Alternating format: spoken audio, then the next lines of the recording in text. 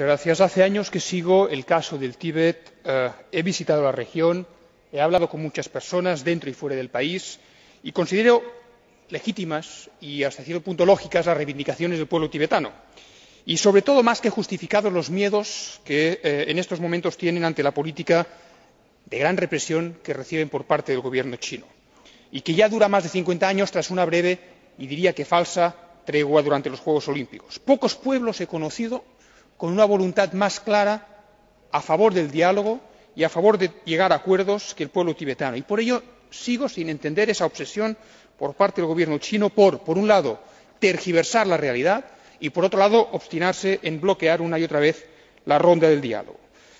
A un país no lo hace grande ni su fuerza militar, ni su tamaño, ni su riqueza económica. Lo hace grande la magnificencia de sus actos y su generosidad. La Unión Europea debe y puede contribuir con respeto y respetando, lógicamente, las soberanías, pero con firmeza, a reconducir esta situación.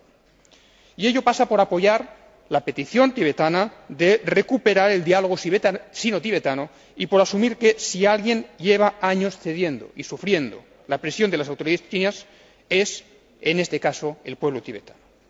No estamos ante un conflicto entre iguales, ni en cuanto a capacidad, ni en cuanto a motivaciones. La Unión Europea debe ser respetuosa con todas las partes, pero no puede ser neutral ante la opresión, las detenciones indiscriminadas, la tortura, los asesinatos o el genocidio religioso, lingüístico y cultural. El memorándum para una autonomía genuina para el pueblo tibetano, rechazado por ahora por parte de China como documento de trabajo, supone ya de por sí un auténtico esfuerzo y una enorme cesión en las aspiraciones legítimas, insisto, del pueblo tibetano.